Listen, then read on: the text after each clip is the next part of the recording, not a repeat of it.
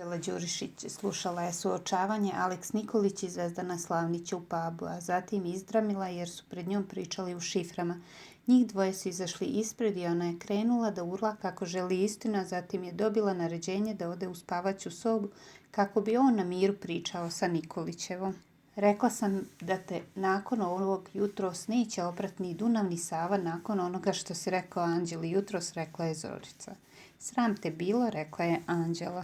Ja sam rekla da je to sve igra, rekla je Aleks. On sad kaže ovo posle svega onog, ja glupača poverovala, rekla je Anđela.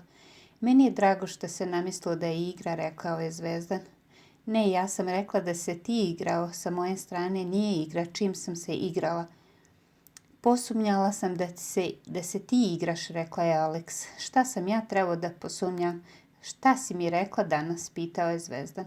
Reci na šta se svodilo, zašto je ona ispala folirant jer te odbila, ponavljala je Anđela.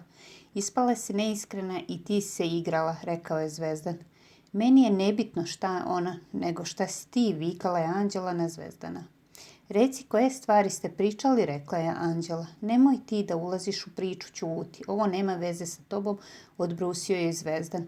Poštedi me svega, želim imati potrebu da čujem razgovor, rekla je Anđela. Sedi, sad je kraj, pričat ću sa njom, vikao je Zvezdan. Ja ću ući unutra, sve želim da čujem, ništa nećeš sakriti od mene, rekla je Anđela. Izvini se Mić, sedi i ćuti, rekao je Zvezdan.